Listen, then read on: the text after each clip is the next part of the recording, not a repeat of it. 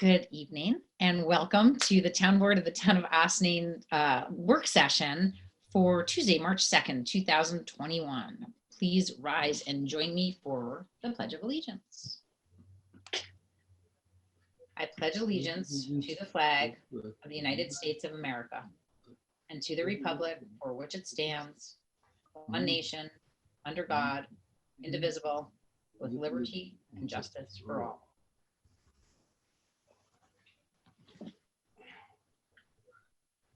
So this year actually marks, this week actually marks a year since we started, we found out about the first case in New York State. And if I can find it, I just wanted to let everybody know that tomorrow, Wednesday, March 3rd at 11 a.m., there will be a COVID commemoration 1 year later ceremony hosted by Westchester County.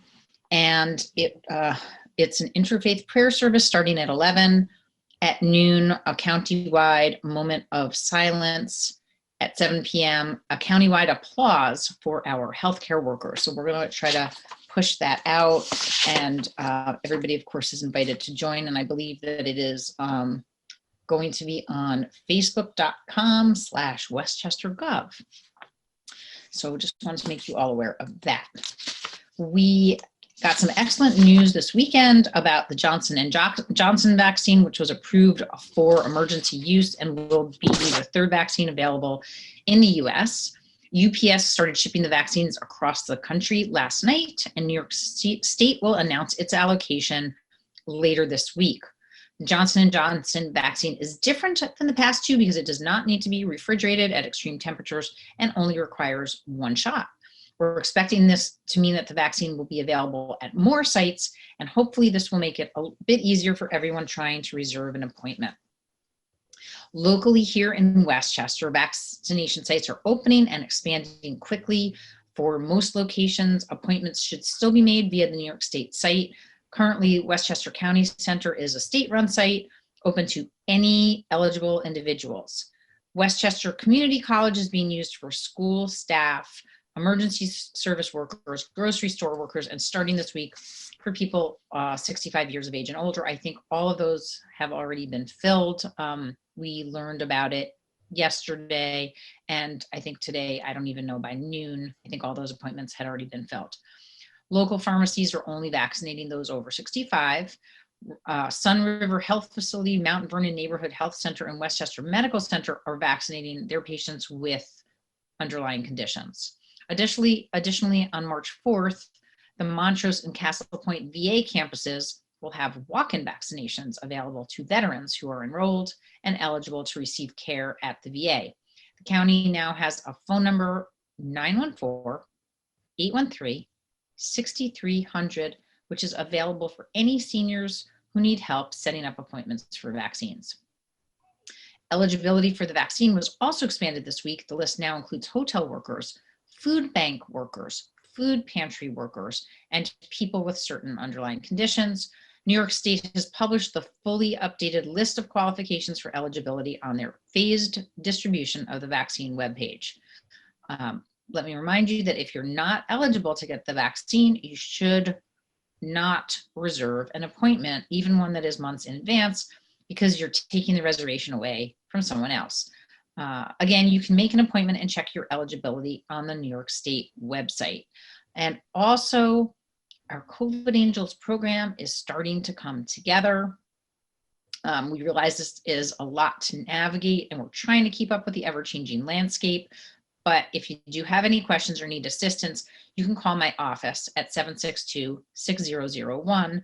My staff and I will do our best to assist you, and we're going to probably point you in the direction of our volunteer COVID Angels program, which is some very wonderful community, thank you, sir, community volunteers who are interested in helping mostly seniors get appointments. They'll probably be able to help others too, but people who are having difficulty navigating the vaccination world right now, we're hoping that we can get as many people vaccinated as possible here in Ossining, and we're working every day to figure out ways to help people to do that. We do have a pop-up happening through the Open Door and the state this weekend, and I believe all those appointments have already gone to people who are in hard to reach communities in Ossining. So hopefully the supply of vaccines will continue to increase steadily so that more and more people can be vaccinated. As of February 22nd, just over 160,000 people were vaccinated in Westchester County, which is 60,000 more than the number of positive cases, 107,587 as of March 1st. So things are looking up. While signing up for a vaccine still seems a little haphazard, signing up for a test is much easier in Ossining. The state is managing a website feature that can help you find testing sites appropriately named Find a Test Site Near You. We've also learned from our partners at the county level that Westchester Medical Center will be offering tests on Sundays in March, starting on March 14th from 10 a.m. to 3 p.m. You can sign up for these appointments in English or Spanish through the hospital website or by calling 914-202-4530. Tests are available at a number of additional sites, including Open Door, Star of Bethlehem Church, OVAC, I believe, still has the rapid test, and some local pharmacies.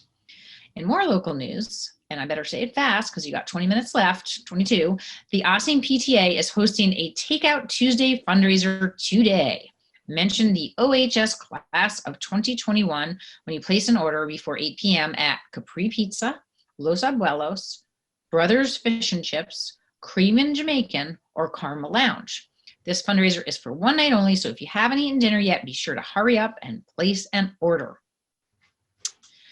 Every 4 years, Westchester County offers an exam for people looking to become a police officer. The test was delayed last year due to the pandemic, and we are happy to hear the opportunity is now back. The Ossining Police Department put out a great video yesterday outlining the application process and the requirements. They have also set up a computer in the lobby of the police station for anyone who needs internet access to apply. You can check out OPD's video on their Facebook page. You do not need to have a Facebook account to watch. Signups for the exam are allowed until the end of the month, and the police department will be sharing reminders until then. If you're not interested in becoming a police officer, Westchester County offers a whole host of civil service exams for positions ranging from office work to engineering. The town, along with all other municipalities, fire districts, and school districts, is required to hire off of these civil service lists for most positions. So please visit humanresources.westchestergov.com to learn more about all civil service exams and positions open across the county. Guess what? It's income tax season again. Yep, it just keeps coming around faster than ever before. And the Ossining Public Library is hosting AARP's Tax Aid Program. Appointments for tax assistance are available every Thursday by appointment only. To make an appointment, call the library at 914-810-3384 and be sure to leave your full name, phone number, and the best time to reach you in your message. In order to make the appointment, volunteers will be calling you back to ask a couple of questions and help you prepare for your in-person appointment. If you are uncomfortable meeting in person, the AARP is also providing no-contact tax preparation via email. That sounds so cumbersome. So maybe you should just wear your mask and go in person and be careful. Ossining High School students are also preparing tax returns for free to eligible individuals through the VITA program on Monday evenings. To learn more and sign up, dial 211, which is the United Way's helpline that can help you with lots of different stuff. The Ossining Park's Habitat Stewards are leading a guided forest species ID walk at Ryder Park on Saturday, March 6th. It was rained out last weekend. This event was postponed. Meet the group at 10 a.m. at Ryder Park Pond by the lower lot and baseball fields to learn how to identify the trees on the park's woodland trails. Register for the program through the Recreation Department's Community Pass program. Also, one of my favorite events is coming up, Westchester Collaborative Theater's Living Art event, where they send out their playwrights to look at pieces of art that have been produced by members of the Ossining Arts Council. So it's a wonderful collaboration between the Ossining Arts Council and Westchester Collaborative Theater for some original plays, local actors, and lots of interesting stuff that looks like it's coming up starting March 6th. You can go to their website, wctheater.org. That's it for me. Do any of my board colleagues have other announcements that they would like to share? We lost a board colleague. Don't know where she's gone off to. Okay. If she has some, she can add them at the end. So we have a three-part agenda this evening, and we're really going to be wanting that colleague to come back soon. So I'm going to look at my phone and see. She says she's having some internet problems. Are you coming back? Let's see. I believe she is back. Oh, okay. Councilwoman Feldman, you're back. That's good. We need you. Tonight, we're discussing two potential local laws, starting with a local law to require a permit for boat launch parking in the trailer parking spaces at Lewis Angle Park. Currently, parking is not restricted in those few dedicated spaces for boat trailers, even though it is identified as being boat trailer only parking. Additionally, we're exploring ways to make our boat ramp passes more easily accessible for purchase online over the weekends when our offices are closed. We're also looking at signage to support all of this. A potential solution is to utilize the software Passport, which is used to issue other parking permits in the town and the village, specifically municipal lot permits and train station parking permits. That way, a boat ramp user could purchase essentially a parking permit for their trailer using the software, which could be available for enforcement via a license plate scanner. Even if we can't pull off this 21st century method this season, it is still important to restrict parking access to these dedicated spaces. Either way, the town would need to adopt a local law to define the use of parking permits in the town and restrict parking in this area of Angle Park. So, Council Tomadonna, before we open up this discussion, would you have anything that you would like to add? I think you touched upon the issues that we had discussed preliminarily when this issue first came up. The code currently doesn't have a permitting process within the town, so we would have to create that in order to then make those spaces permit only. One of the issues we had discussed with the police chief is how to identify those spaces so that it's clear to the public, which, as you mentioned, we could then also supplement with signage to make sure it's clear for the public and the police officers who will be enforcing it. So those are things that I think we can work out logistically. It might take a little bit of back and forth with a few department heads. I know you've spoken to the assessor because he works with people who deal with mapping. So there are a couple of logistical issues, but overall it seems doable. We just wanted the input of the board to see if this was palatable and a direction to go in before we started down that process.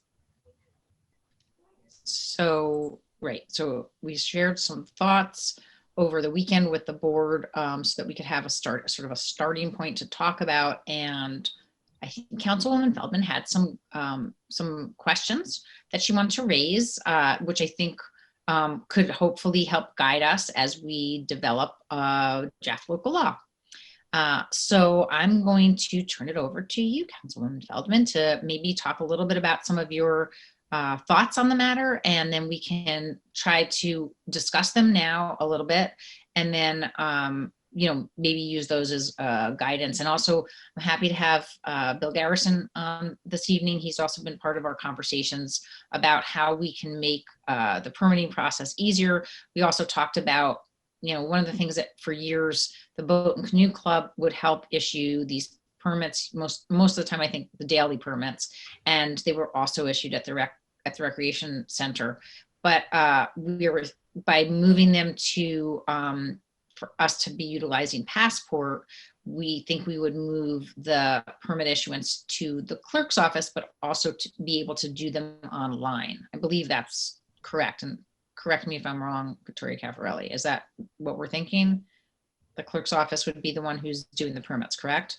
Correct. Okay. Yes. They're the ones who Right. primarily use the passport system right now. Right. And the other thing we talked about is having a QR code or a website address that somebody could easily go to on the signage at the boat ramp so that if they want to get their permit, they could apply online. There are a couple of kinks to still be worked out because the clerk's office isn't open on the weekend. So that's something that we still need to think about a little bit.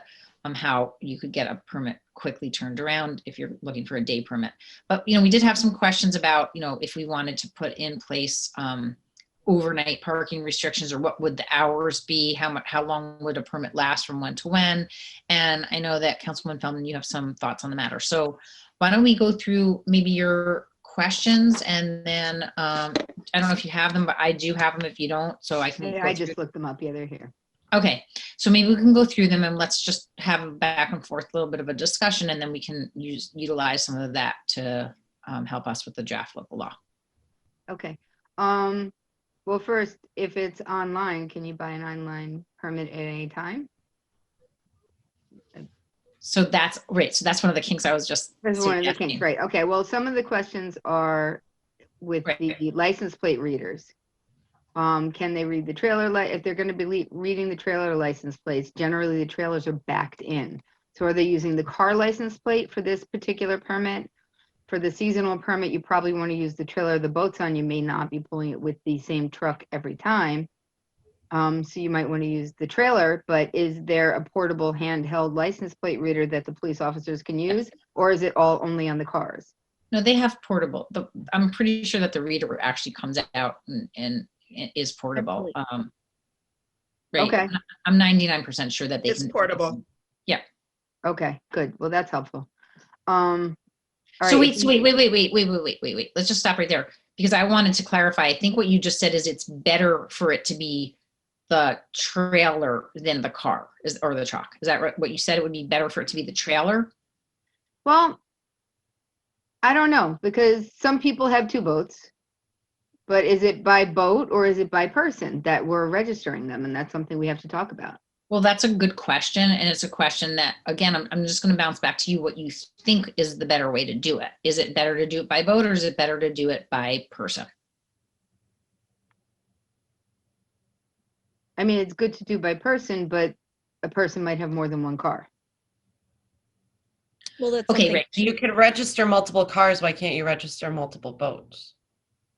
No, I don't think you're. I mean, to use the ramp. If you have a Okay. ramp permit, Can't you but- just insert that information? I don't know. I don't know that. I guess, I mean, we could. well, I'm talking about the yearly permit.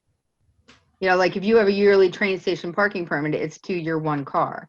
Yeah. So if you I have a think it has yearly to be boat to- ramp permit, I then think- would it be to one car, or would it be, if you're using several cars, would it be to the license plate trailer?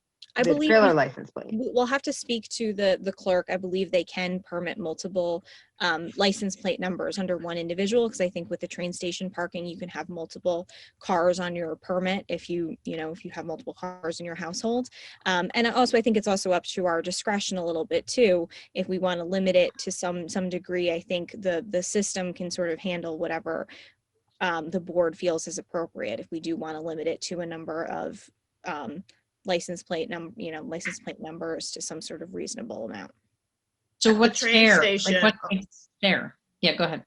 At the train station, it's basically, you can register, I think up to, I don't know if it's 2 or 3 cars, but it's to the same registered owner. So if the boat is registered to the same person, as well as the different truck or car registered to the same person, then we should be able to do it. It's when the boat is registered to someone else and the car is registered to another person where it gets tricky. But if everything is registered to the same individual, then you can do it by individual, and that's how they do it at the train station.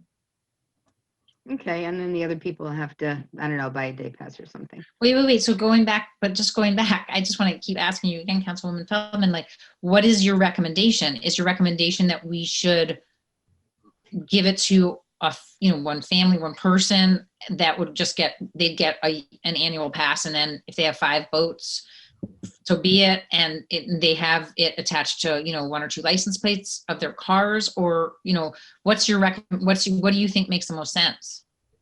That's probably fair because there's a bunch of fishermen that have just a little rowboat and a bigger boat. So, and they use a rowboat maybe 2 or 3 times a year just Okay. for, striper fishing. And then the rest of the time they would launch their other boat. But do you use different trailers for different boats? Like if you have 2 boats, you have Yeah. 2 different trailers? They're Okay. each- Different trailers, yeah. but not different cars, right? So that's why it sounds to me like it'd be better to issue it to the car and or to the person rather, and then to the person with however many vehicles they plan to use to pull trailers. Right. Okay, That's probably so- better. So that would be a recommendation for what we should, how it would be. So an annual Liz, pass. Liz, Hmm. there is usually a person, they may have 2 or 3 cars, but they don't usually have 2 or 3 boat trailers. Right. So Or if they you- might have 2 though. All right, they might, but usually if you get the trailer plate, you got the person. That works. It works that way too. Or if you can register 2 trailers as you could 2 cars, Yeah, that would work too. If somebody has 2 boats, they can treat it as if they had 2 cars and do license. If you do the license plate on the trailer, that would encourage people to keep them registered properly too, which probably a lot of people don't. So you think it makes more sense in that case to ask them to register the trailer license plate? I have not thought it all the way through. It can go either way. But what you just said was it would encourage people Well, to get their yeah, trailer. I'm just trying to wait. I mean, there's tricks either way. It's tricky Okay. either way. You don't know which car they're going to use. The trailer license plate is facing away. That means an officer has to get out of his car. Never mind. Well, we could also put some instructions in the website, at least perhaps for the first year, with saying register whatever is going to be facing out. Register if it's your trailer that's going to be facing out or your car is going to be facing out. That's what's easiest for the police to see. And that might also give us a little indication of what people are really registering or how they're using it in the first year. I don't Okay, see and what the because I'm just downside is of wondering if- having the vehicle. I'm just wondering about the people who, some people leave the trailer there for a few days. Like if the boat broke down, so they leave the trailer. Then you'd want to know that that's registered. When the boats break down in the river and they come back, they don't leave you don't know, or the trailer breaks. I mean, there's so many different scenarios. So maybe there has to be a way that they have to actually include the trailer number. Even if they just if they register the license plate, there must be some way to connect it back. I don't know. That's a question that we could ask the clerk about And passing. the most common thing that's launching right now is jet skis. So do jet skis have license plates on their trailers? I think they do. I think And anything. the answer from Handheld. Harrison or Yeah, all the trailers have to have a license plate, and typically that's what most boat launch sites, it's a trailer sticker that you get. So if you have 2 different boats you with go. 2 different trailers, you'd have to register, you'd have to get 2 permits. Well, there you go. That was easy. Should have okay, two. so we'll go with that. Thank you. Okay. Yeah, and so you then- just have to check that the license plate reader can read the license plates for the trailers, which I don't see why not. It's a Okay. registered New York State registration. Right. And then you were asking about day passes. How long should it be? Right, And- should there be some hours limiting them? You said sometimes they're fishermen or whatever. Right, so or they come people. for whatever the tide is, so often they're overnight, not that the cops are really gonna ticket them in, midnight or 5 AM. But maybe it should be for 24 hours, a day pass should be for 24 hours as opposed to, until sunset. Because, people don't always come back at sunset. And So rarely they stay away for a few days. Okay, so specific 24-hour start and stop time, that would go with that. I think that's doable, right? Right, Victoria, would you say yes? Yeah, I mean, I think we can talk to the police. I think it would make it challenging probably for people who have the annual permits. For the day permits, they would be able to see when that permit was purchased in order to determine if they're 24 hours after when that permit was purchased. So, perhaps we could consider something like no parking between, 3 a.m. and 6 a.m. or whatever it is in our no overnight parking, because then it accomplishes a similar goal of making sure people can come back after sundown, but not necessarily there days on days. But I think that Councilwoman Feldman is saying that's not good because that doesn't work out for fishermen. They want to be parking there between 3 and 6. Okay, you're muted again. Know how that didn't even touch it. Okay, yeah, fishermen go out at night very often. You know, they leave whenever the tide is, but there's 2 or 3 fishermen that will leave at sunset and come back at 4 in the morning, or you know, leave at 10 o'clock at night and come back at 3 in the morning. They fish overnight. Yeah, I They mean, tend to have their seasonal permit though. These particular gentlemen tend to have their seasonal permit. so we just have to speak to the police. I think it's just when it becomes time limits, it gets a little challenging for them to be able to enforce it and be able to say, were they really here for 24 hours or not? I think that's why a suggestion had been made about overnight parking restrictions. Now, do the Metro North Police also have readers? Because our overflow goes into that lot, Which lot are you specifically referring the to? train station lot at the end. So not- the train station lot where there's that's village police that police the spots that are used by the annual permit holders. Metro, and the only area that's owned by Metro North is the hourly parking area for the train station. Is that where people park, or? No, they park at the far end. So then that would be the village police. Okay, Are so they have readers. Okay.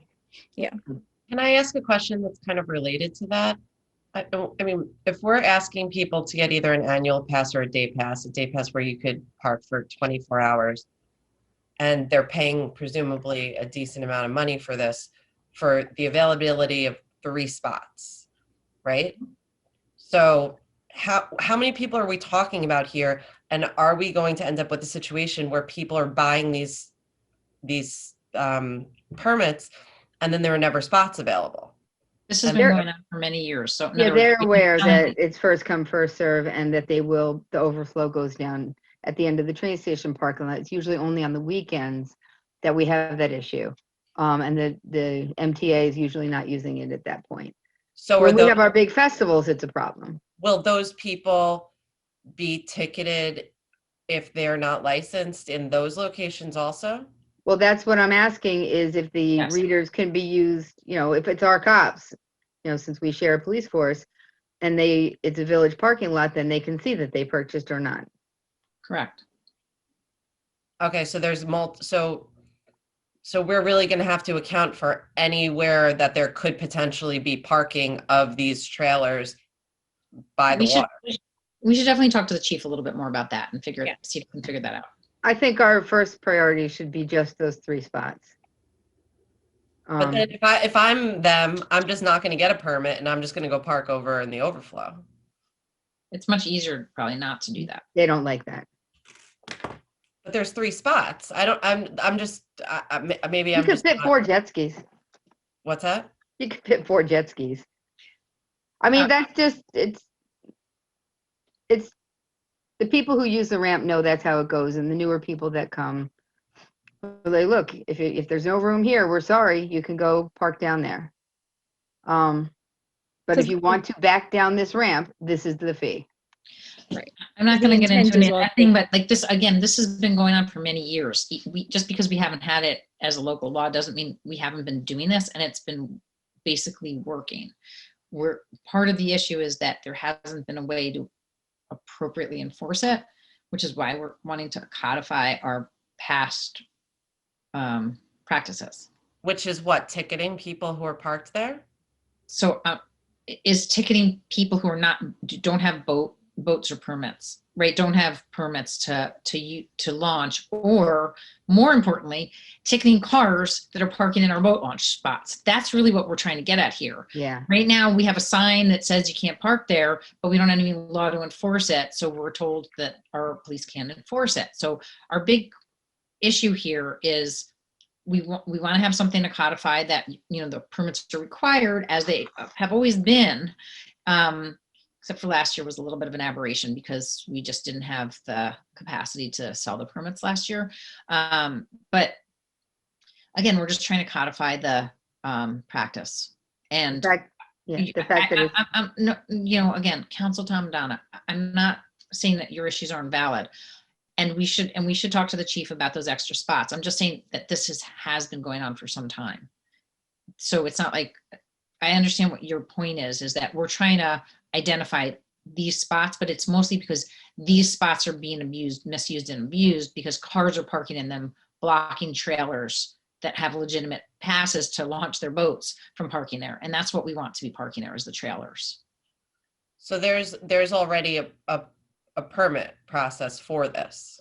For Yes. launching your boat. So it's going to sort of serve two purposes of addressing the parking and also addressing people obtaining permits for launching their boats. It's going to sort of serve both purposes, this one. So is this going to be merged into one permit? Or is it going to continue to be two permits, a parking permit and a launch permit? I think the idea is that it will be all in one, serving the same purpose. Unless Councilman Feldman, that we're overlooking something, what did you say? well, it should be trailer parking only. So if you have, you know, you should not have just your car there. So I guess using the trailer license plate makes sense. Because a lot of people come down there and when the park is full, they park in the trailer lot. And there's no place for the trailers, you know, out of the 3 spaces, they take one, and that's annoying. And people come down and they pay for the use of the ramp and presumably the spot, and there's no way for us to ticket a regular car that's sitting there or a trailer that just decided not to pay. So it serves both purposes. All right, so do we get through all your questions more or less? I think so. I mean, the signage is huge too. In terms of the food trucks and stuff like that for Right. our special events, if they're our events, you know, we can take over the spot if we want to. If that's what you want to know. All right, so is it, yeah, so we can issue permission for somebody to park there on a temporary food truck, or, you know, when the beverage tents come, the beverage guys park there. Mhm. You know. You'd Let's have to pray you'd that we to have think this about that. problem this summer, but I don't think it's going to happen, but let's pray that we do. Yeah. Maybe the fall we could talk about it. Probably not looking at food trucks for the earliest part, but we'll see.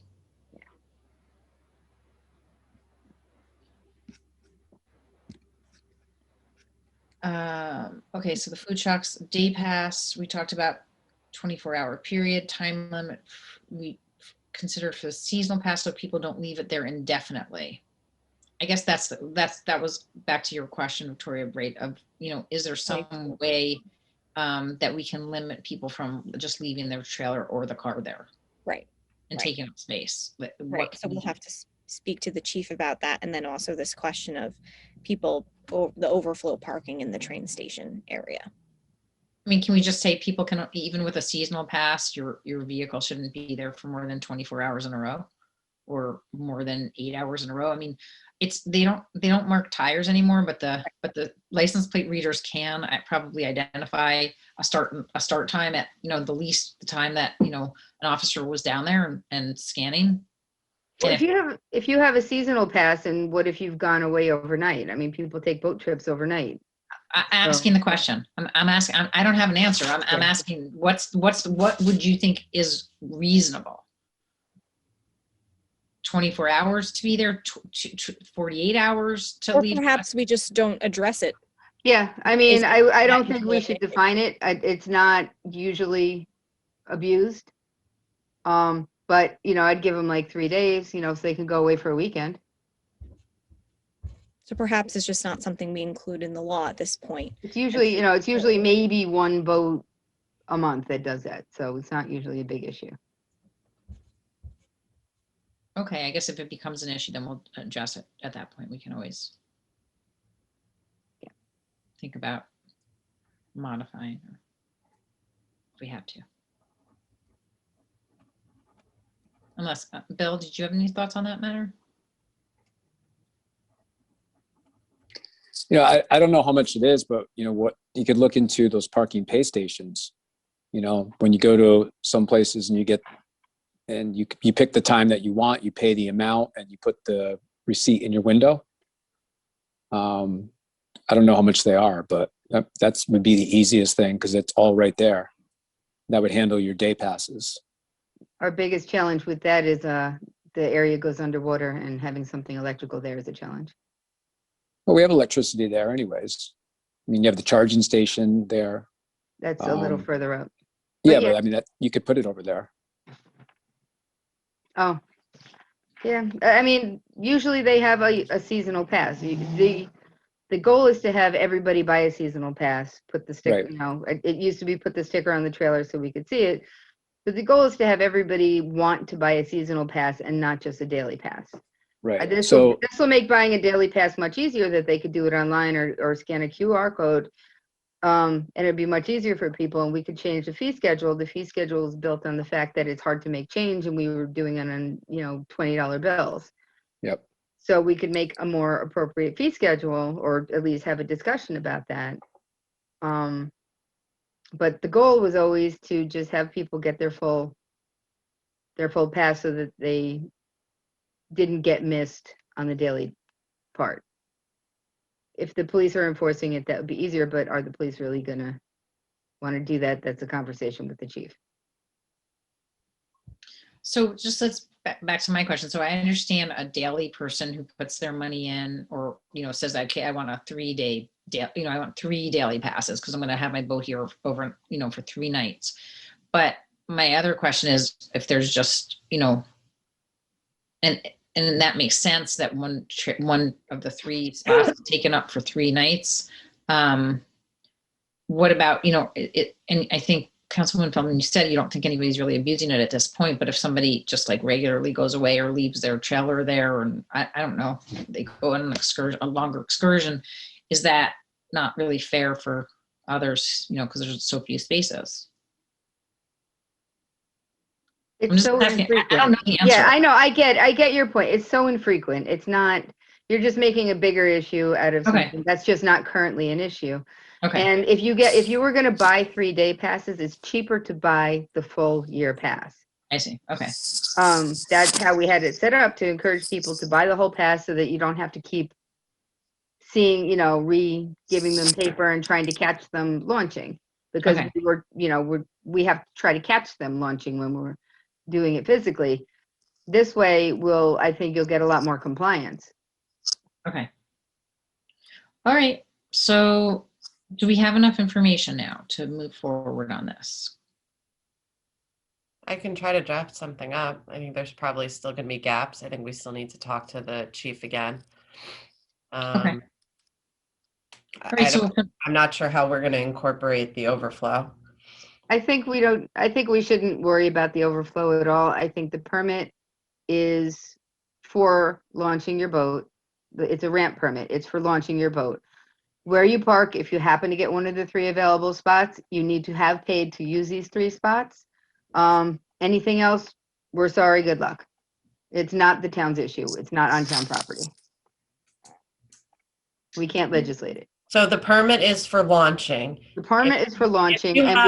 If you have that launch permit, it then authorizes you to use these 3 spots. Correct. So it isn't really a parking permit. Right. Okay. That might change the entire structure if that way we do, which isn't necessarily bad. I think this is helpful to have a better understanding of what we're trying to achieve. Okay, yes.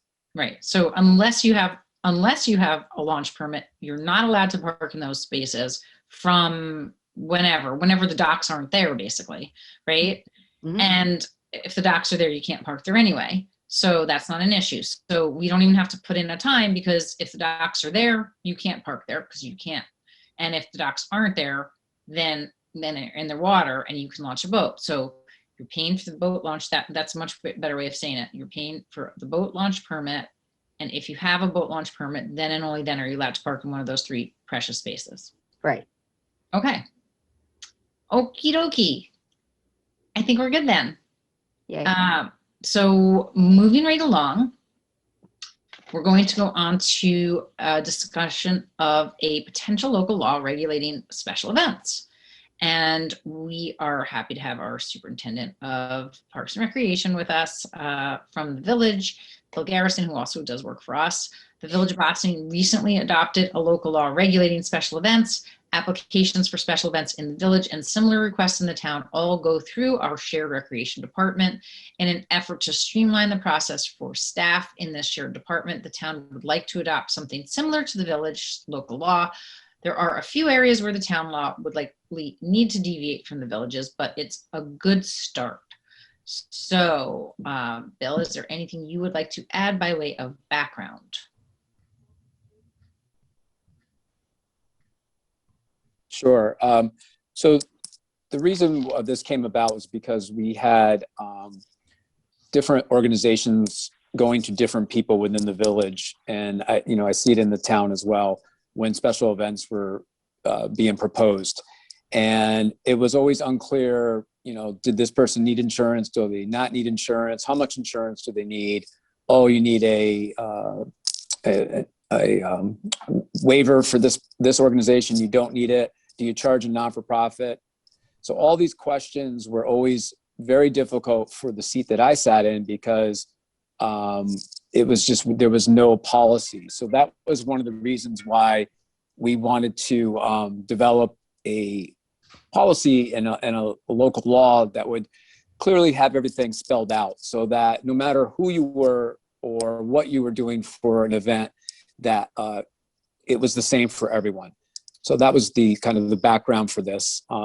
This process is going to be online, so it makes it easier for everyone. And we also created a guide that goes with this so that if anybody that's going to do an event in Ossining would get a guide, so that would help them know what they need when they come to apply for a special event. You'd be surprised a lot of people who want to do special events and don't have the means for insurance or don't have insurance. So that's a big thing right off the bat right there. So that's the reason we came up with this. Well, we know that there are inexpensive insurance carriers that do provide event insurance for one-day events. That's what we've been told, at least by our insurance agent. Yeah, there are, and the rates, it depends on what the event is. So, if you're doing a hard rock concert, you're likely going to, and serving alcohol at it, you're likely going to have a higher premium on that insurance compared to doing a craft fair on Sunday morning or a farmer's market or something like that. Right. Right, or pyrotechnics. Yeah. Or bouncy castles are not allowed. Okay, so how would you, this is it's a lengthy local law. I've gone through it. I've made some marks. I don't know, town board, if you've gone through it and made and shared any of your thoughts on any parts of it, but if you would like to discuss some of the issues that you have, I open it up to you. I think just let me add just one thing, that what this local law does is it defines and identifies what a special event is. And that was a big thing right from the start. Like, what constitutes a special event? So, we also, as we got into this, it was like, geez, parades, processions, these are all 5Ks.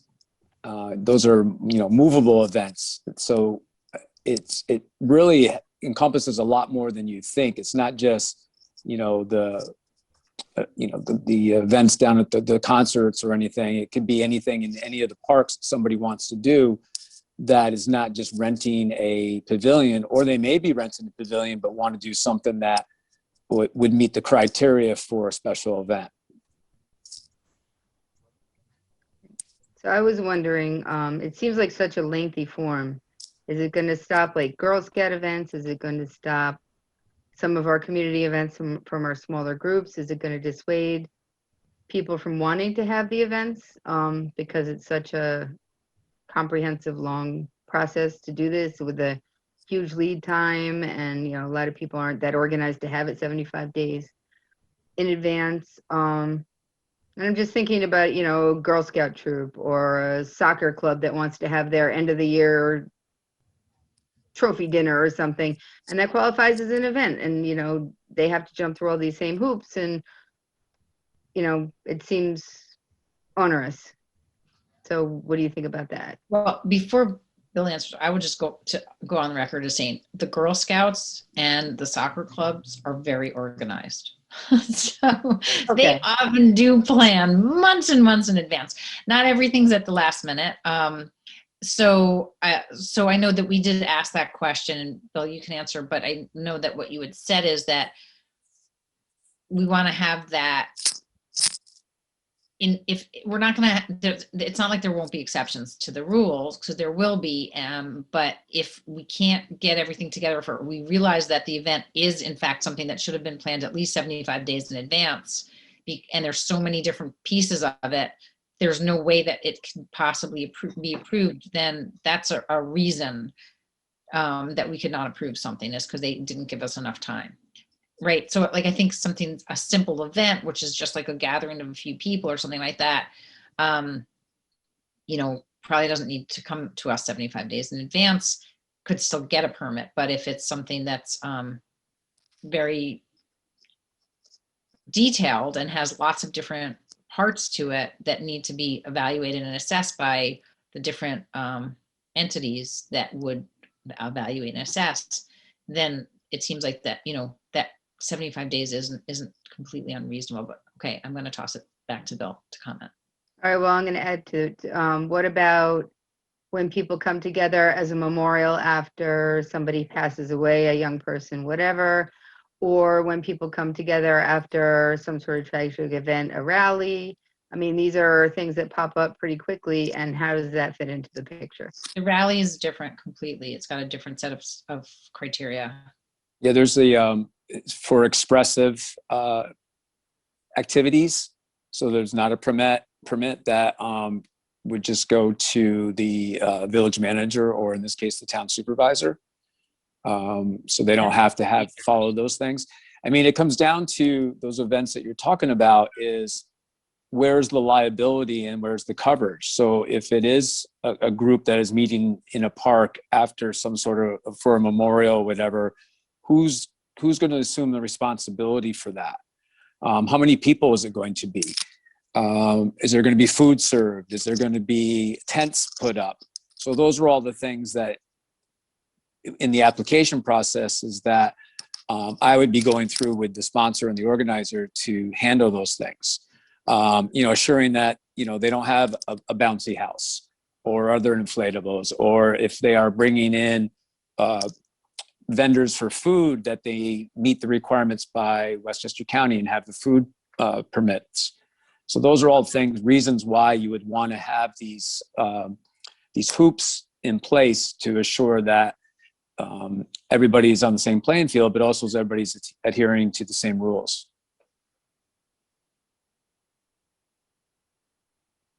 As a point of clarification, sorry, Bill, I was muted. I started talking. This doesn't necessarily include just regular pavilion rentals. So if a Girl Scout troop wanted to just use the pavilion for a bridging ceremony with 20 people, that would be a regular pavilion rental. It wouldn't necessarily be a special event because they're not bringing in bouncy castles and food vendors and all that sort of stuff. Right. So, I mean, the way I look at it for the pavilions, if it's an organization that's doing something, they're renting the pavilion, you know, when we had that event where they had the carnival at the Rider Pavilion, that's different. It's an organization that's now inviting the public into it. That to me is a special event, and it would fall under under this category.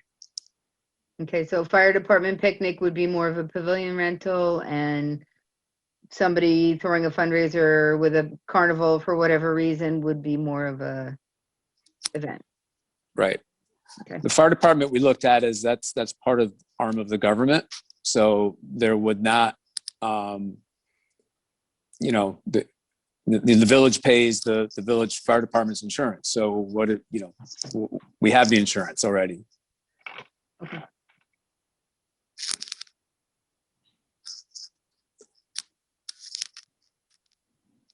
Other comments? Because otherwise I'll go through mine. Does anybody have any? I mean, I had a few. No, go through yours. I may have more Okay. later. I had a few just little tiny questions. So, and the purpose and the definition of special events, et cetera. Special events on public and private property can disturb nearby residents in the peaceful. And so that's another question where, are we limiting events on private property too? And we kind of, I don't know that all of us are on the same page as the village on that. And that we want to get involved in that. So maybe, Bill, you could certainly talk more about that. But specifically, it says, special events and peaceful enjoyment of their homes and property interfere with general public's normal use of highways and other municipal facilities and can be harmful to the public safety and welfare. That sounds a little harsh for how you define a special event. To me, I wouldn't include that. I understand things can be harmful, but like defining a special event as something that can be harmful to the public safety and welfare, I thought personally that was a little harsh. In the next section, there's block party, which again, I don't know that we have a lot of these, but I'm not sure that it hurts us to have that as fallback. But one of the things it says that we don't regulate is, like, it doesn't include a neighborhood celebration or event, doesn't include a garage sale, yard sale, bazaar, rummage sale, or other similar activity having the principal purpose of fundraising for an individual organization, nor shall it include a political rally or meeting, carnival, or theatrical or musical performances such as concerts or similar events. Now, if we're concerned about music and block parties and this and that, I'm just confused as to why a carnival or theatrical or musical performance such as a carnival or similar event wouldn't be characterized as something that we would want to permit if it's in the middle of a block and requires street closing. I didn't exactly understand that. So those are my questions for the first and second paragraph. I don't know if you want to address those before I move on to the next question. I can just, commenting on private property, the thinking along that line was that if there is an event on private property that is going to require the services of the village, such as the police or DPW for road closings, then that would be something that may require a special event permit to do. If it's going to impact parking, it's going to impact traffic, it's going to impact the people in that neighborhood. It may impact emergency egress in and out of that area. So that would be something that a permit would be needed for. The other, talking about the block parties, the thinking behind that was you didn't want to have a village street closed for an event where there could be any money being raised, or you're closing a municipal street so that somebody's raising money for something. If somebody wanted to do that onto their own private property, and again, it wasn't spilling over into the street or having a major impact onto that neighborhood, then that wouldn't necessarily require a special event permit. Okay, so to clarify, when St. Anne's has their big affair and there's parking everywhere and spills over into the streets and then they would need a permit. And when they have their regular, I don't know, food gatherings, then it wouldn't. Because Right, it's not requiring any police or overflow parking throughout the entire community. Is that right? a fair example? Yep. And again, that was part of this was, coming up with this was when we looked at the amount of money that the village was spending on special events. So when there was an event, there was DPW, there was police, there was rec and parks, sometimes the building department. So all that played into there. So that was what the thinking was about the private property aspect of this. Oh, so you mean more like St. Augustine's where they direct traffic at the bottom? Yeah. Okay. And also Maryknoll maybe, and also Bethany maybe in the future. I don't know, but like those are some areas that we could think that this might come up as an issue in the town. Would be, I mean, I guess St. Augustine's would be town, right? So yep. It would that's something that would need to get permitted, which it doesn't currently, I believe. I wouldn't think it was, but No. but the police do direct traffic at the bottom, so. Right, and they do for Maryknoll too, for their big festival. Okay. So again, I think that, this is just food for thought for Yep. if this is something that the town wants to entertain or not. We have few events of this size and nature that may or may not be that disruptive and have been happening for many, many, many years. So we may think, therefore, we don't want to have this block party or pertain to these private properties for the town. Right. I think the only block party we've had recently has been Savannah Road, which is a dead end anyway, no? And if they required police assistance, I don't know. There was no fee for the block party for application or fee for having it. Or insurance requirement? Right. Okay. Okay. All right. So let's just moving right along. Under expressive activity, what was my question?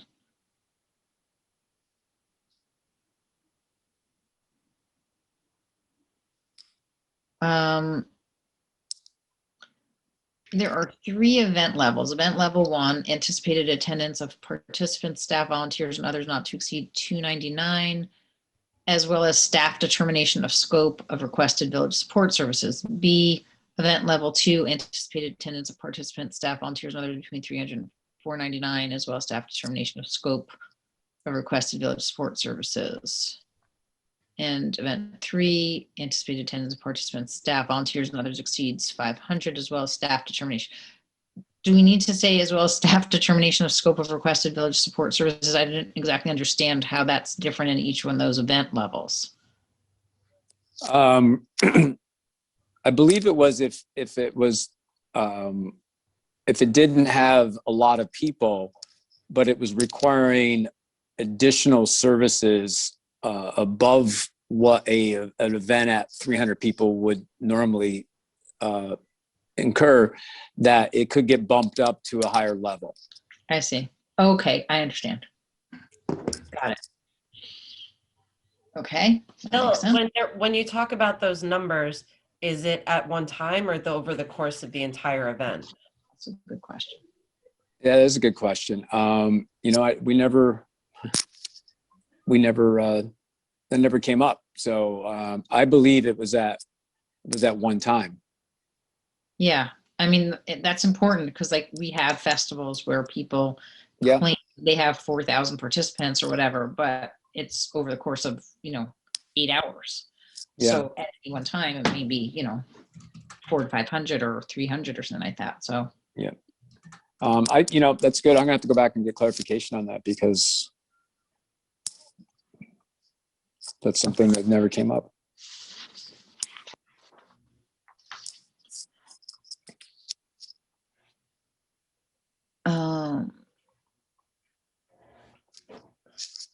Oh, and then I actually thought maybe under special event section, there's a list of 10 different things, any temporary gathering, demonstration, performance, exhibit, blah, blah, blah, which may involve all of those things. And then I thought maybe after the last one, we could also add something about if it goes beyond the regular closing time of a park or facility.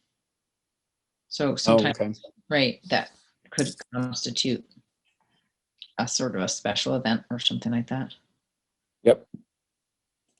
Which would be sunset for Correct. For the parks.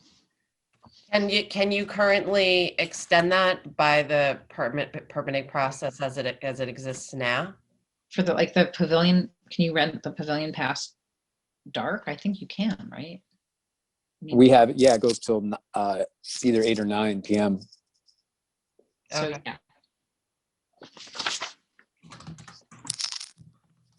yeah. We also talked about one of the pieces of the village's local law is setting up a special events advisory committee.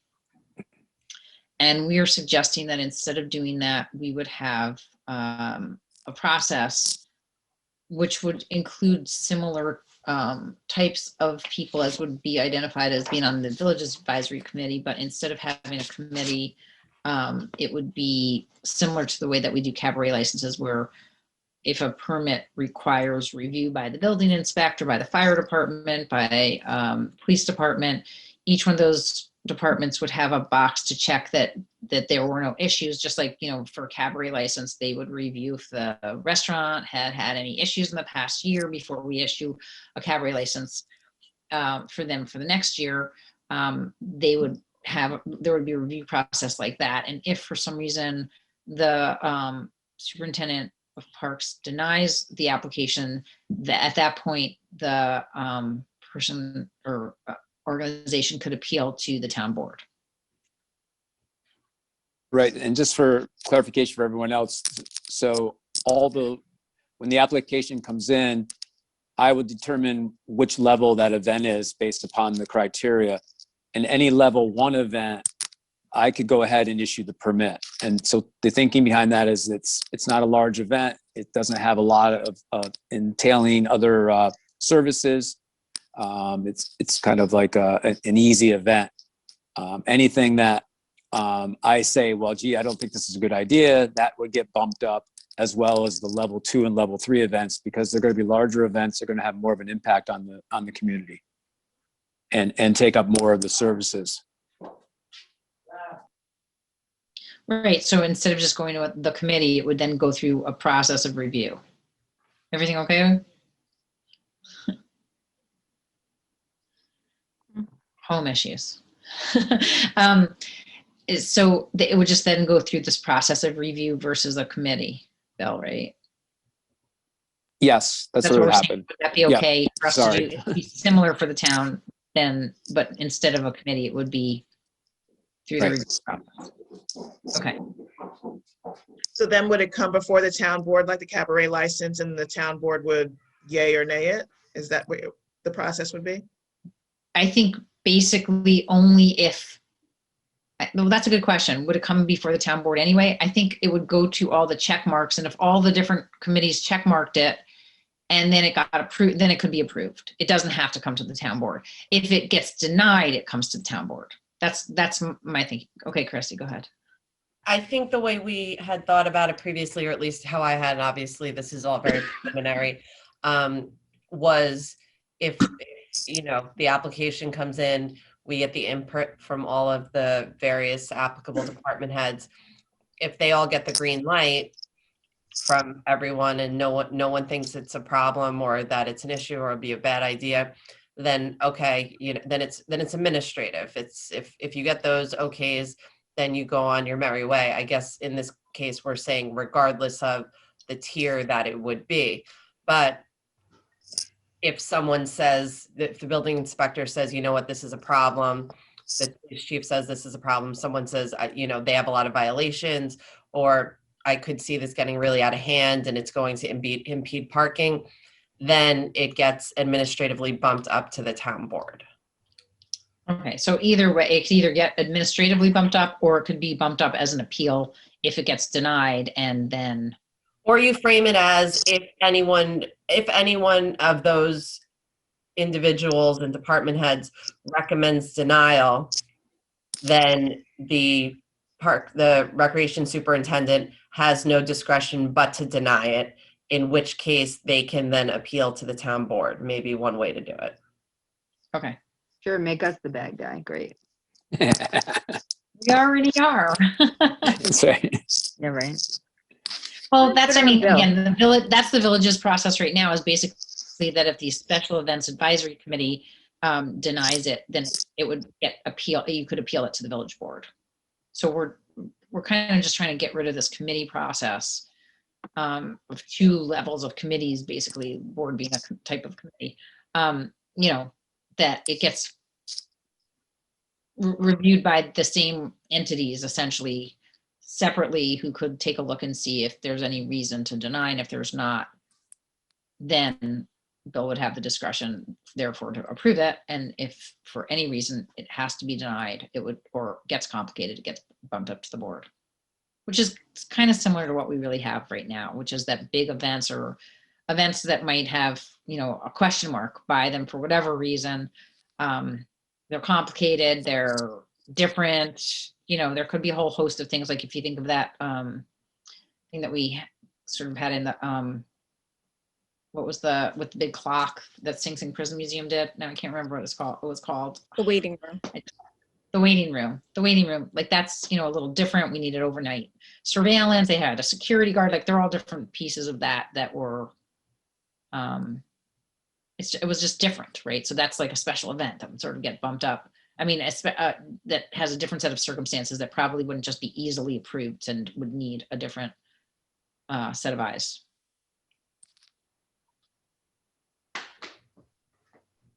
Okay. I had a question about the regular sporting events.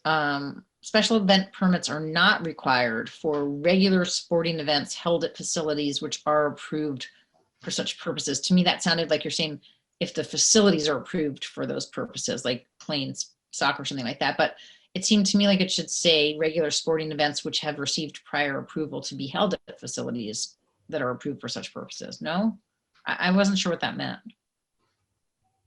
Yeah, I guess,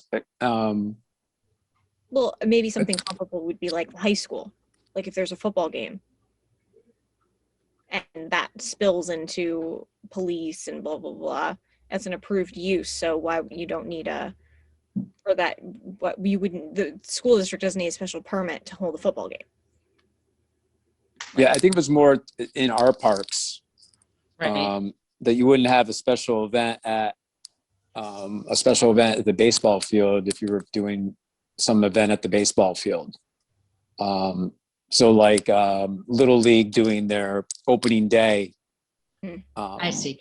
They would need a special event for the parade, but they wouldn't need a special event to host their ceremony on the baseball field.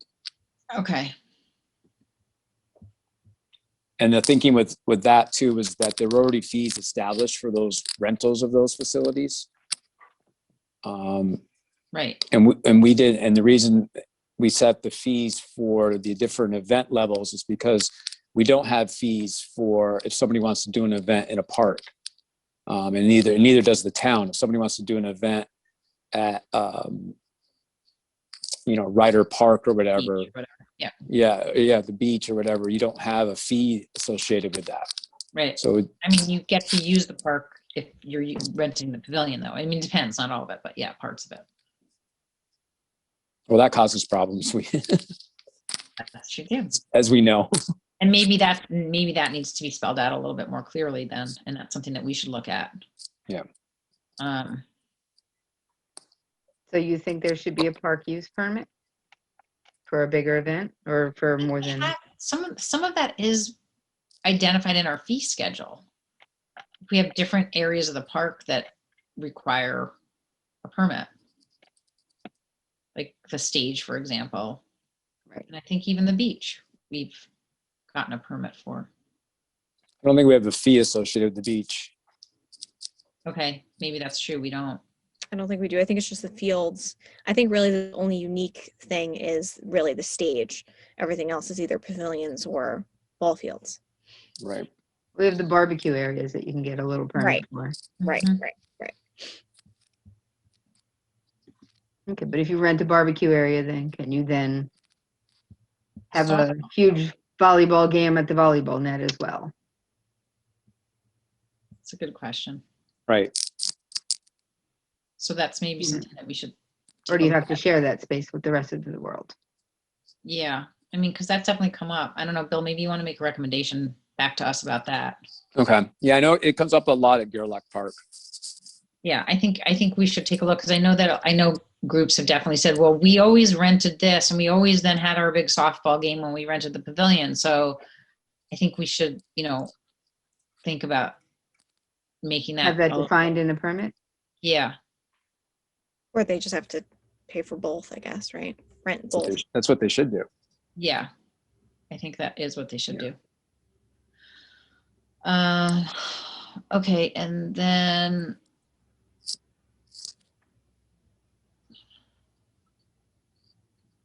we talked about that. I think We did want to just consult with, or we did already consult with John Hamilton about like things like weddings and, you know, if we've had any complaints at all in the town about noise based on like a backyard wedding or anything like that. And I don't think we have. And we're just kind of Yeah. thinking we may not really want to.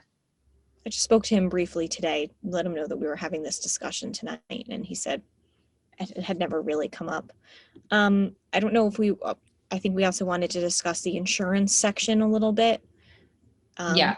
I wasn't quite up to that yet. I think I had a couple other little comments, which was the applicants are responsible for the removal. Let's see what page. I don't have page number, so I'm not sure what page this is, but with section 9 block parties. I guess it was in the block party section, which I don't know that we even need, but the superintendent of recreation has the option of requiring the applicant to submit proof of liability insurance for damage to property and personal injury arising out of the temporary street closing. This is the section that says permit not required. If it's not required, what has been applied for and issued? I don't know. That was just a question. You can look at that yourself. Okay. I don't know if we're going to even have that in there, that block party section, but maybe we do. And then I think that was, so then we do get into the next section, I think, which is the insurance question.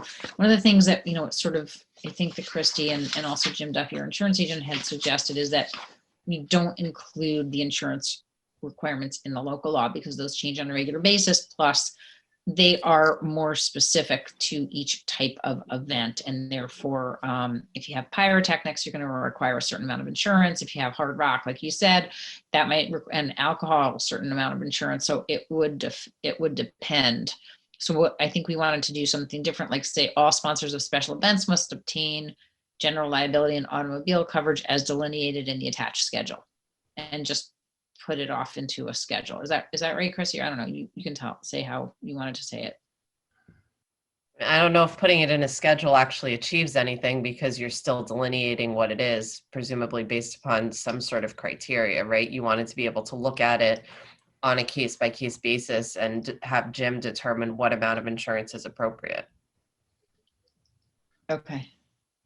Yeah, I think what Jim's suggestion was to make it more broad and also perhaps include him as part of the review process, our insurance carriers, so that he can review what's being put forth. For most events, it'll probably be pretty consistent, but if you have an event where it's pyrotechnics, something crazy, we want higher limits of insurance, or perhaps it's a very small Girl Scouts type event where likely nothing's going to happen, where you might be able to reduce the limits of insurance as well a little bit. So I think those were his suggestions. And that way, the local law doesn't need to be changed every time the Girl Scouts come to us and say, this is unreasonable, we're just doing this little event. Or if you have to come up with a schedule that contemplates every possible scenario, right? Which, may never come to pass because you can have different combinations of things. Right. Do you have any comments on that, Bill? I was looking because I don't know if it got into here or not, but we had talked about this. And I think in there, we were reserving the right to request additional insurance if we thought it was needed. It is in there. It says the insurance requirements listed above are minimum requirements subject to increase if the special event so warrants. Right. So we're basically doing the same thing. So we were setting what the minimum requirements would be. Okay, well, let's go swing back again with maybe one more time then with Jim. We'll see about that. All right. I don't think there was anything else super substantive. We talked about the SEAC and the procedures, and otherwise, I don't think I had any other comments.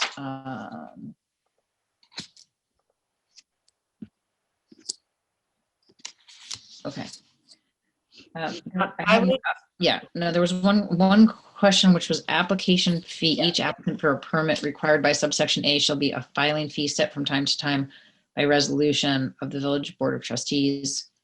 with each application. And my question was, think about how this section would work for angle for concerts, fireworks, etc. Again, I think that those are probably town Right. sponsored events. So it Yeah, might- so any town or village rec department type of event would not have a fee associated with it. unless we set one, right? Unless we separately say that there is a fee. Yes. Well, we're not required to have a permit. No. Right. I think it would only be in the instance where some other organization may be hosting that event for the town. And then So, the yeah. town would evaluate that. If a third party So the, involved. sorry. No, it's okay. I thought I So- saw it say that if the town was even a part sponsor, we would not necessarily need a permit. Correct. We wouldn't need one, but it doesn't mean we couldn't require one. I mean, for example, like we could require you have to have Department of Health permit for food vendors. We could require that food vendors do pay a fee to come, to either the chamber or to the town or whomever, if that was something that we set up as some sort of a contract with the chamber.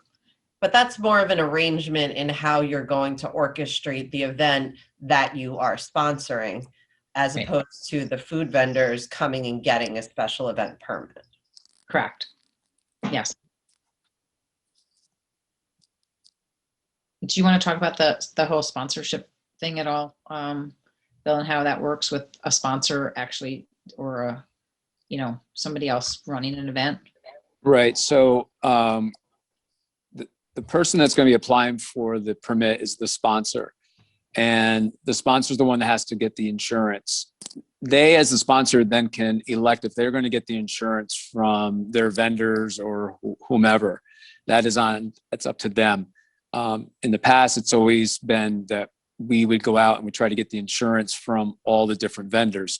The problem is when you have like a craft fair and you have, some person that makes, mittens in their basement, they're not going to have insurance. So then, you have to then make an exception to exclude them, to include them. And then you get into that, well, if they were, included, how come I can't be included and how come I have to get insurance? And we've run into that numerous times. So we're going to leave that up to the sponsor to get that information. The other thing to keep in mind, though, is if the event is run by the chamber or an outside organization, and they are then charging money for vendors to participate, and then it's considered a town event, and Chrissy probably could add to this more, but then I think there does need to be some sort of arrangement or agreement, because that's what we were trying to avoid, is where it was a event that somebody was potentially making revenue on while the services of the village or the town were being utilized. Well, I think it's a little bit different in the situation, at least as it's currently structured between the town and the chamber, because there's generally been an agreement in place, and with how the funds are then distributed, including to cover the town's expenses. Okay. Yeah. So as long as there's an agreement associated with that. Right. So making the town a legitimate sponsor. I mean, if the chamber just came in and said, we're hosting this event and, Yep. doing it for the town, I think that would be a different situation. But at least with the summer concert series, that's how it's been in the years that the chamber has orchestrated it on behalf of the town. Yep. Okay. 1 year. It Sorry. was only 1 year. Should have been two. Yeah. Okay. Yep. Anybody else? Councilwoman Feldman, did you say you had other comments? I'm okay for now. Okay. I just have one comment on the notification. I think it's still a little bit narrow for notifying just neighbors within 50 feet. I wonder if we could maybe stretch that out a little bit. Sure. What's reasonable? 100 feet? Yeah. You're right. 50 feet is not very big. I don't know, 100 feet or not sure what the zoning and Yeah. We can look at that. That's a good way to analogize it. Yeah, we'll take a look. It might be as big as 500. I'm not really sure, but we can look at that. Thanks.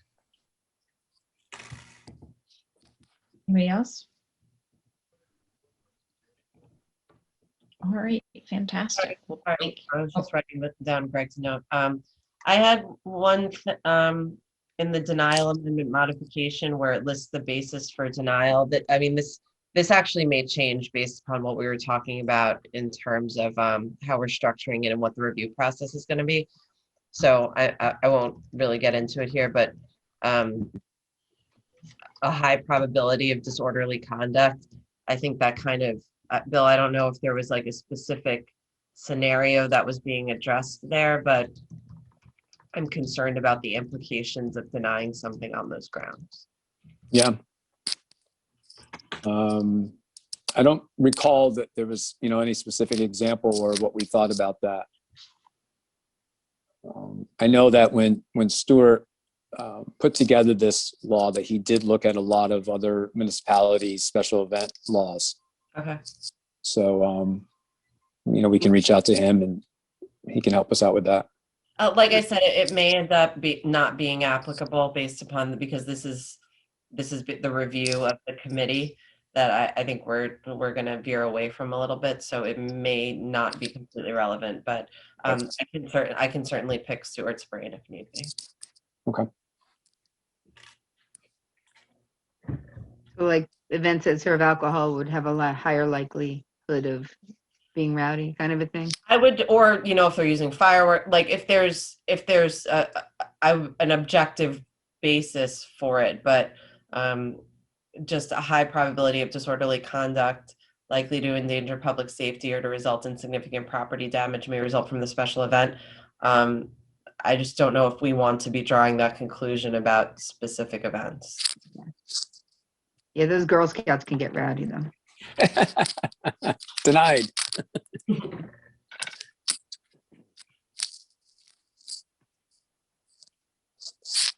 All righty. Anything else, Council Tomadonna? Good. Okay, and nobody else? All right, great. Very fruitful discussion. Thank you. It was a long one, so we appreciate all the thoughtful input. And we're now having a lovely departmental report from our Recreation Park Superintendent, Bill Garrison. You are on. All right. So I won't keep everybody too long, but I do want to touch on a couple of things that are going on in the Recreation Department. So over the winter here, the past few months, we've been continuing programs even with the increase in COVID that was going on after the holidays. And the programs that we were running were the aquatics programs, and they were well attended.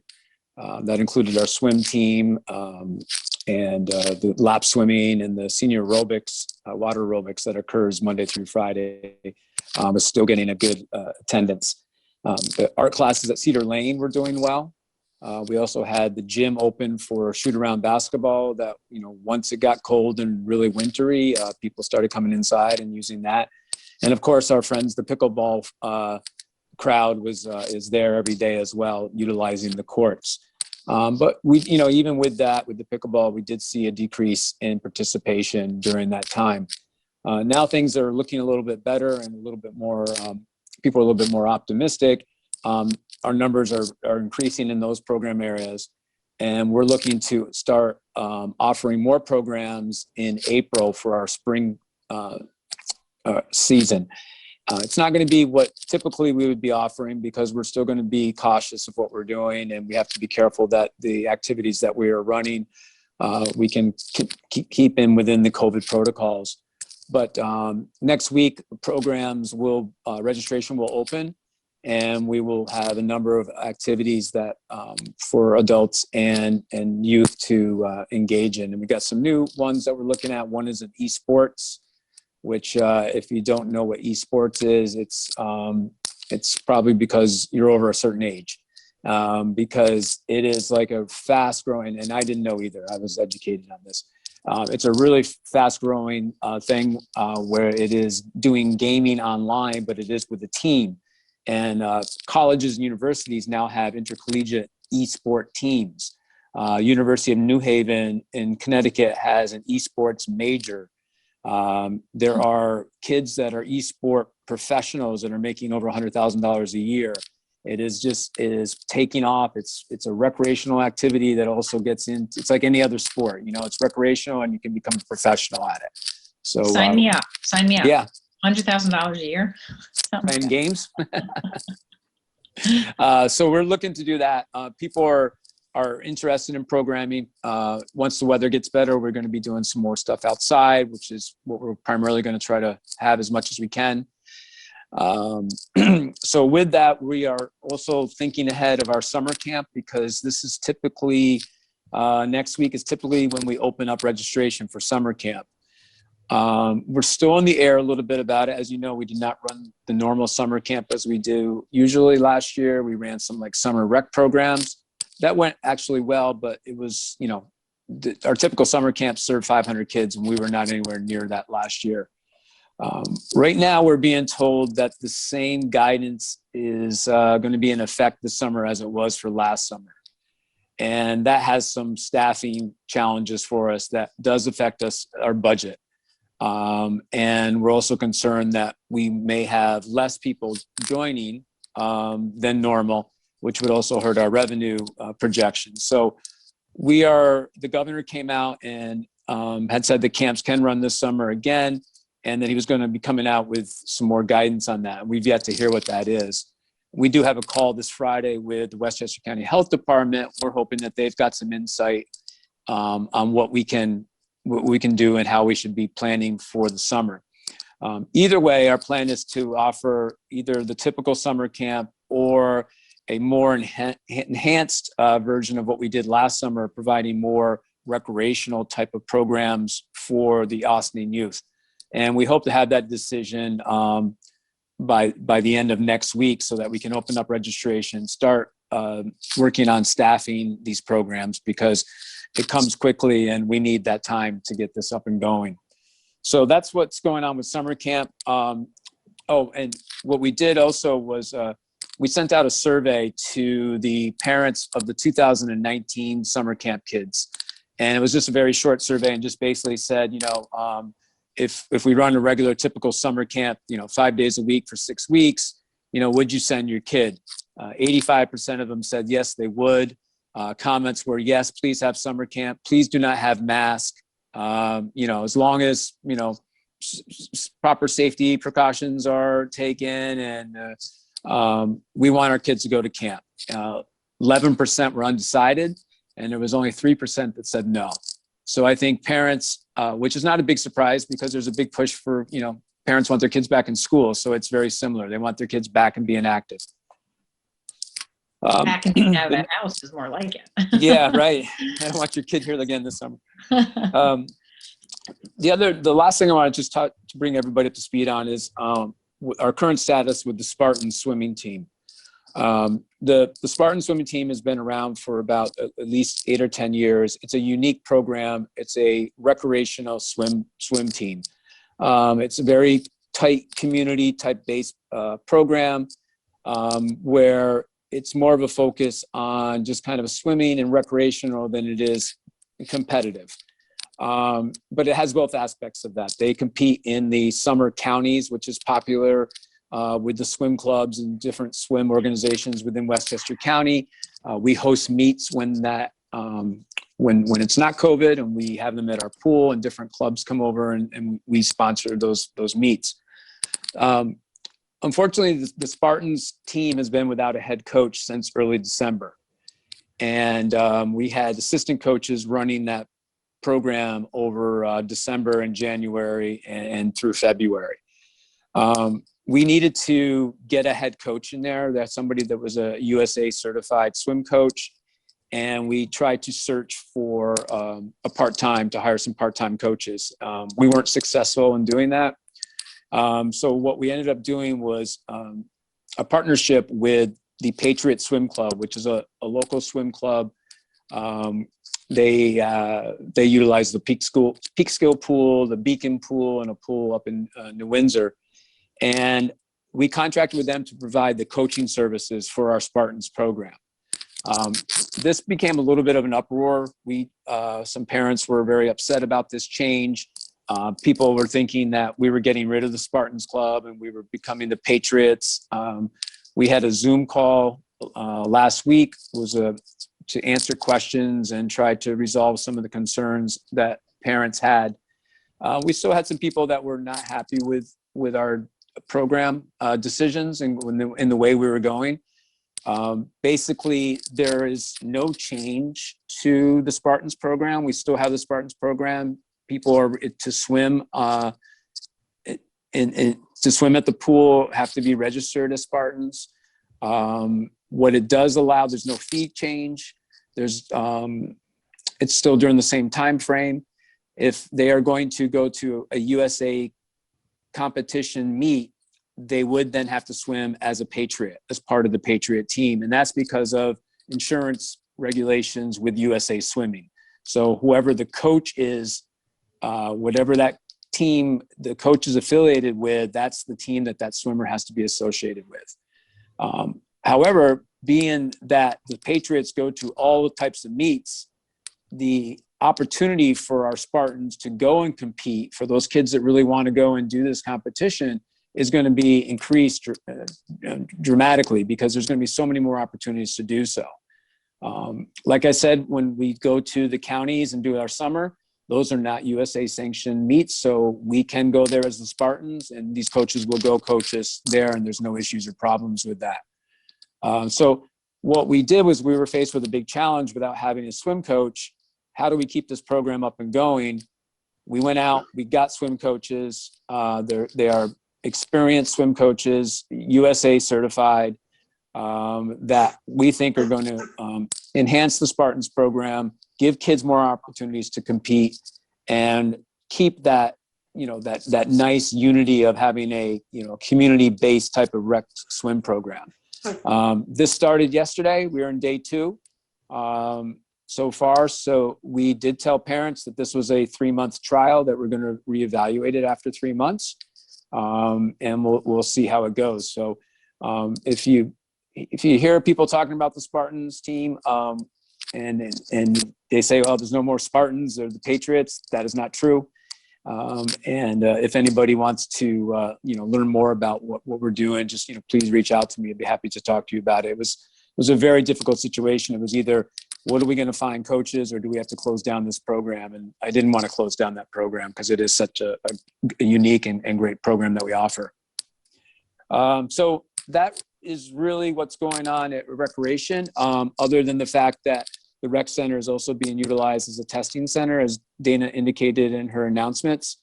That is going on Sundays. So that's been a great use of the community center.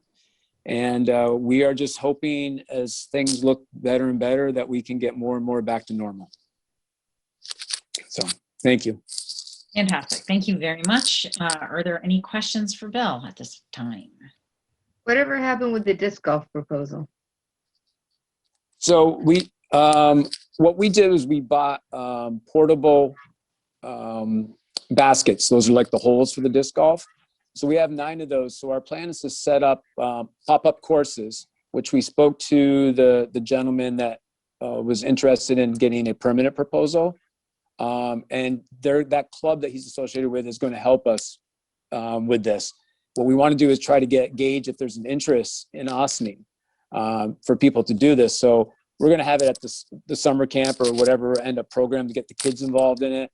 Have it pop it up at Ryder Park on a weekend and invite people in to try it. We bought 20 sets of frisbees so people can show up, they can try it, and we will gauge some interest and say, hey, is this something that if we had a permanent course, would you be interested in doing that?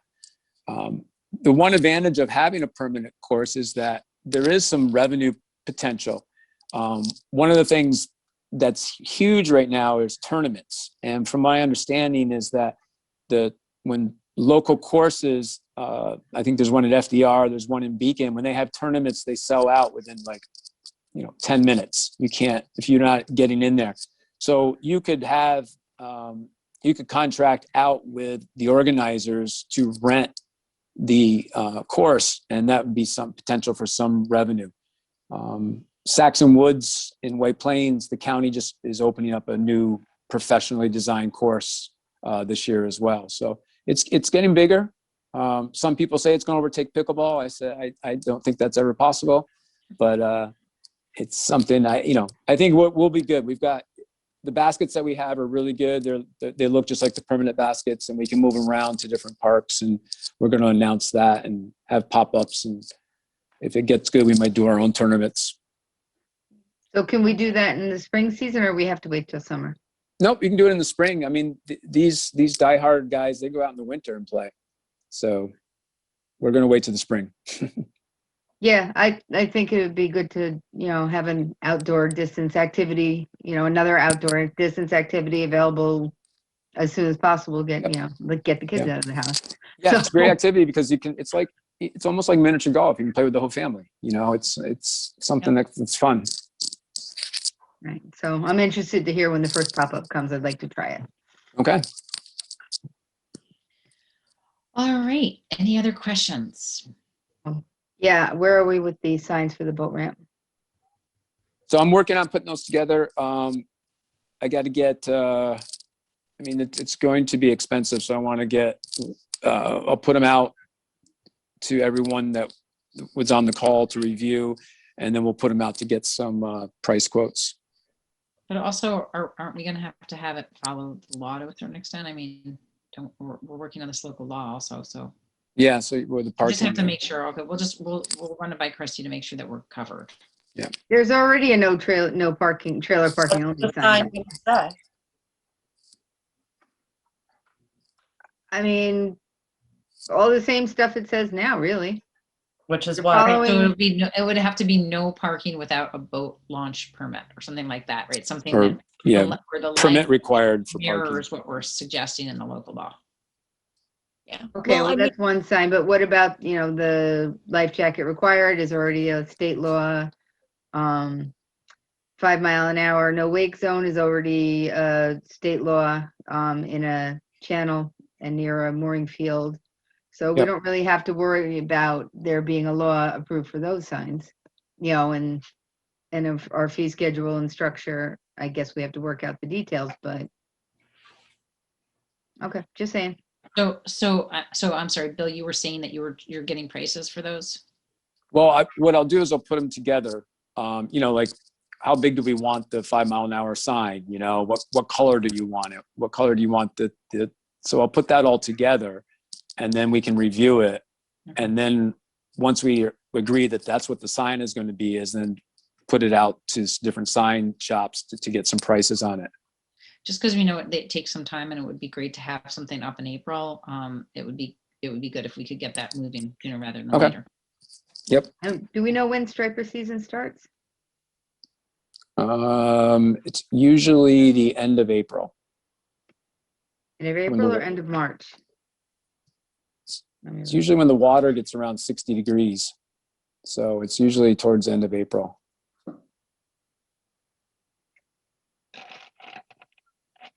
Okay.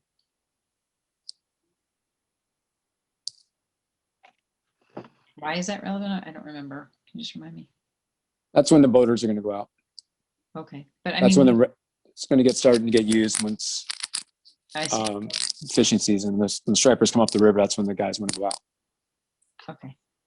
I mean, we usually get the docks in, isn't it early April, like right before Earth Day, and then that's usually around. And by the way, this year we're having Earth Week with different types of activities. We just had a meeting with Susie Ross yesterday. It's not going to be the same as in the past, and different local companies and organizations are going to sort of have pop-up events around, which we're all going to participate in, and Green Austin isn't exactly coordinating each one of them, but they're going to have a calendar, like a visual calendar of events that people can find easily on their Facebook page and click on to see how they can participate in Earth Week activities. So they'll, stay tuned for more information. Hopefully most of it the events will be finalized by next week, and then they'll be putting together the schedule in the next couple of weeks to come after that. And Bill, I looked it up. You are right. It's April. It's April 1st, but it's April. That's for striper season? Yep. Oh, if the April ice is out 1st. of the river. All right. Any other discussion about any of that? We're good? All right. Well, in that case, thank you very much, Bill, for all the work. Thank you. And I know that our Councilwoman Shaw is missing the RAB, but Councilman Meyer has taken over, and we're actually, I'm tag teaming with him. So if one of us can't make it, the other one hopefully can. And that's so far so good. So thanks to everybody for joining us tonight. If I could have a motion to adjourn to executive session for personnel, advice of counsel, and contracts, I would appreciate it. So moved. Second. All those in favor? Aye. Aye. Anybody opposed? All right. Thanks so much for joining us. As I said, our next meeting will be a regular meeting on Tuesday, March 9th at 7:30 p.m. As usual, you can join us via Zoom. I believe that was just extended by executive order, or dial in by phone. Information for each meeting is posted on our website each Friday and included in my supervisor's update. Have a good night, everybody. See you soon.